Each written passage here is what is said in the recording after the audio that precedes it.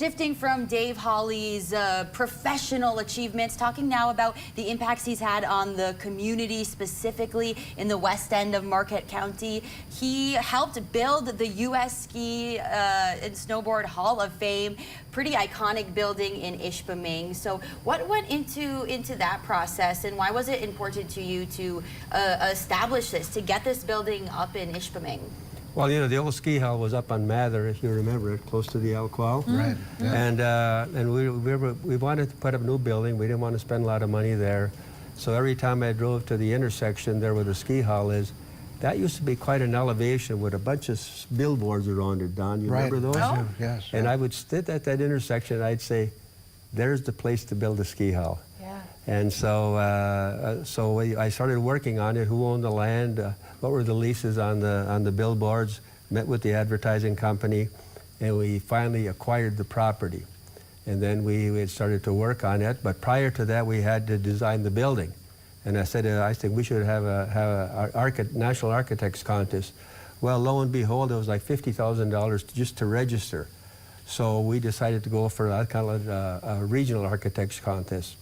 So I contacted, I think it was 5 architects, and the deal was, we didn't have a lot of money, so the deal was when they designed it, we would then own the prints. And for their work, the honor or the pay would being able to say, I designed the ski hall. So we had a very, very low budget, and I sat there with some architects across the highway, the old Holiday Station, and then we looked at it, and some of the architects, they were a little bit tough on me, but I said, look, this is just the way it is. Your honor is being the architect who designed the building. There is no monetary reward.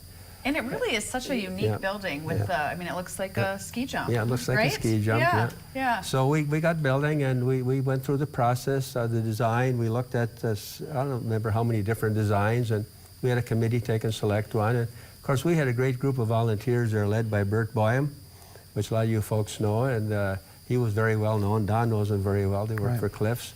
And so, and Ray Leverton and Wes Wantala, and so that we had a really good group, and we selected the one we wanted, and that's how the building got there. You know, I think it's important to mention that you mentioned there was the original Little Ski Hall of Fame. Yep. And there were threats to try to take the Ski Hall of Fame from Ishpeming. Oh, yes. And the fact that you were able to lead the effort to build this new building was a big factor in keeping the Ski Hall of Fame in Ishpeming.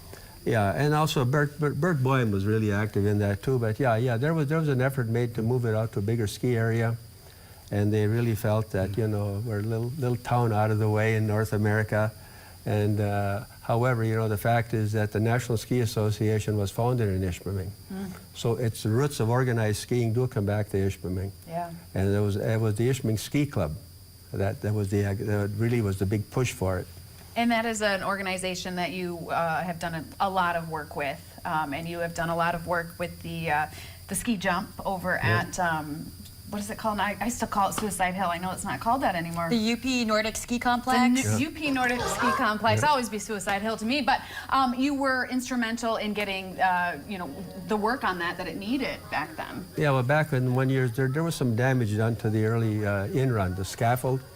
And so it was getting unsafe to use. And so there again, they said, well, you know, we're going to go into a professional design, professional fundraiser. And once again, just registering was more than we could afford. So at that time, then I started a 100 Club. I sold little pins at $100 a piece, and I went back to the ski club. And at the first time I went back, I said, I got about $4,000. They said, that's not enough. I said, okay. So I wasn't discouraged. So I went out and I went back, I raised some more. Then I come back with about $7,000 or $8,000. They said, no, Dave, that's not enough money. So then the third time, I kept selling, and I had some help from Coy Hill, who was a ski jumper. And then I come back for the third time, and I think I had around $12,000 or $13,000. They said, yeah, let's go. So we took and built the in-run, right it is. We built it, we had no debt. We paid it off, it was about $80,000. We took and paid it off at the time. And that was built without the crane, by the way, that whole scaffold.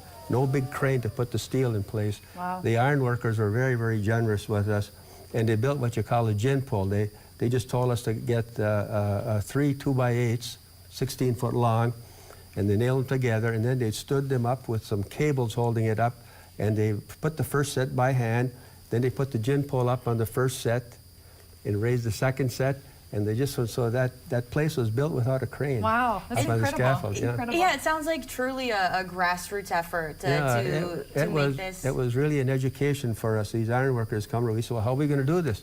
They said, don't worry, well, just let us take care of this, which we did.